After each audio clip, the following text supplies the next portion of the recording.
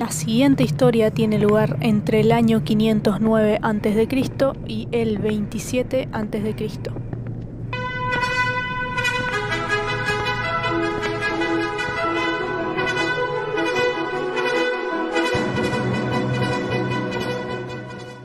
Les voy a hablar sobre la República Romana. Inicia en el 509 a.C. con la expulsión de Tarquino el Soberbio. De esta manera, Roma se convirtió en una de las potencias a nivel mundial, pues tenía colonias en Europa, Asia y África, además de su poderoso ejército.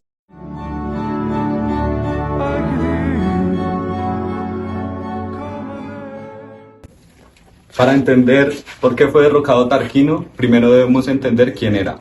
Fue el último monarca en la época, valga la redundancia, de la monarquía de Roma, en la que por el mismo pueblo fue derrocado. Esto dio inicio a la República Romana.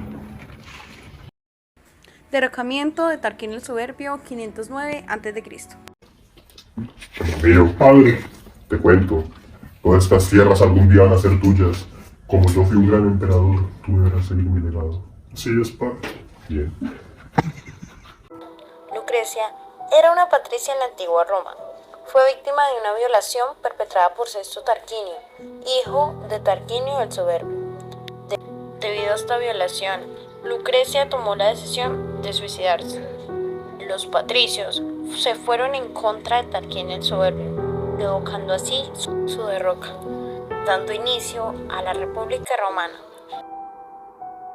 Una triste historia, pero real.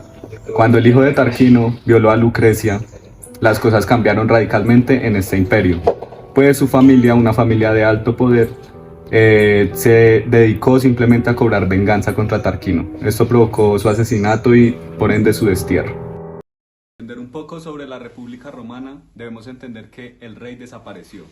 Ahora eran dos cónsules los que gobernaban, además de un dictador, por así llamarlo, que solo estaba 6 meses en el poder, para que así no se viera afectada la república. Los cónsules, así como el dictador, debían ser renovados periódicamente. Esto hacía que la corrupción disminuyera demasiado, pues evitaba que tuvieran intereses a largo plazo los dictadores o los cónsules. Los cónsules también debían dar explicaciones al Senado, así como algunas asambleas votaban o para aprobar o rechazar algunas leyes. Así funcionaba la Roma de la República. Política en la República Romana. Senadores, necesito pedirles que realmente necesitamos más impuestos, más para que se contraten más guerreros, necesitamos más armas, más armaduras para esta guerra.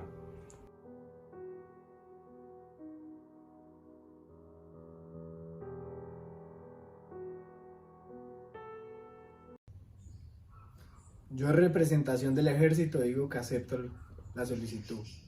Queridos señores del Senado, vengo aquí para pedirles más, un comercio de esclavos más abiertos, porque nos estamos quedando sin gente que realice los trabajos. Yo en representación de los patricios acepto la solicitud. Yo pido más comida, más producción, para que así mismo haya un crecimiento en nuestro pueblo, para nuestro pueblo. ¿Qué deciden?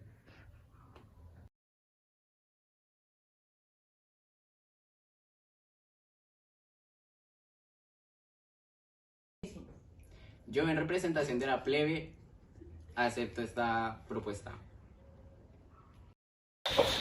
Ahora vamos a lo interesante, las guerras y la expansión del Imperio Romano.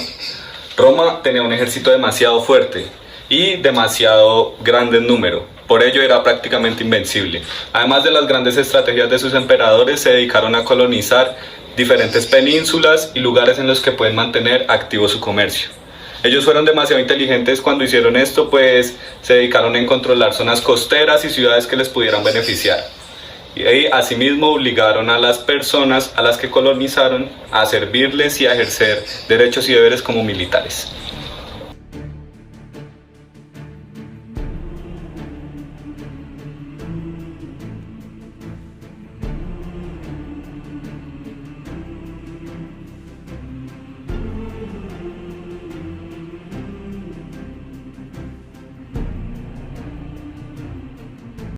Al Al principio Roma era una ciudad-estado aún pequeña y débil. Por mucho tiempo luchó por sobrevivir rodeado de enemigos por todos lados, pero gracias a la República poco a poco se fue haciendo más poderosa y consiguió conquistar ciudades. Primero controló la ciudad de Lacio, luego las samnitas y por último las etruscas. Casi ya toda Italia era romana, pero bien entonces llegó alguien dispuesto a parar estas conquistas, un joven guapo, arrogante e inteligente, llamado Pirro de Epiro. En todas sus batallas contra los romanos logró tener una victoria, pero con el fin de que la mayoría de sus guerreros morían y los romanos no se rendían. Con esto, al final, se rindió y se alejó de las guerras. Los hermanos Graco fueron grandes personas en su momento, se dedicaron a favorecer y ayudar al pueblo, pero sus acciones se vieron un poco atrofiadas por culpa del Senado y la oligarquía, pues al darse cuenta de que no iban con ellos, lo único que vieron más viable fue asesinarlos. Entonces, por ende, fueron personajes muy importantes para el pueblo romano, para los más desfavorecidos, pero que nos resaltan mucho en esta historia, pues nunca favorecieron a la oligarquía. Pasada la expansión, surgieron diferentes personajes. Uno de ellos, y para empezar esta narración, son los hermanos Graco, quienes se pusieron delante de la plebe e intentaron aprobar leyes a favor de los más desfavorecidos, y el Senado, como vio que eran enemigos de la oligarquía romana, los asesinaron. Tras esto surge Mario y Sila. Mario era un gran reformador del ejército que se puso de parte de la plebe, y Sila por parte de la oligarquía. Este conflicto lo ganó Sila y se autoproclamó director con ciertos poderes y estuvo gobernando hasta su muerte. Tras la muerte de Sila, aparece el primer triunvirato, quienes eran conformados por Pompeyo, Julio César y Craso. Primero estuvieron bien, pero luego Julio César entra a Roma para hacerse con el poder de la huida de Pompeyo. Julio César lo persigue hasta que lo mata y Craso muere en guerra contra los parcos. Julio César queda como único jefe de Roma y el Senado lo proclama como único senador vitalicio. Algunos senadores matan a Julio César y tras esto inicia el segundo triunvirato, conformado por Marco Antonio, Octavio y Lepido. Aquí también hay disputas, donde Octavio en una lucha gana a Marco Antonio y Lepido se retira de la vida política, quedando únicamente Octavio. No hay espacio para mí.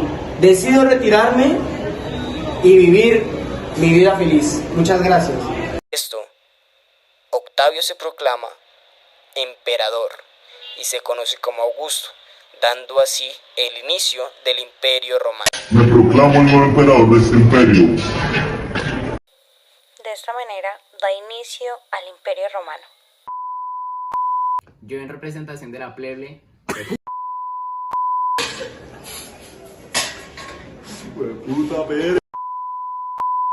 nos den más comida, nos den más libertad. Porque se representación. Yo la mierda, pero.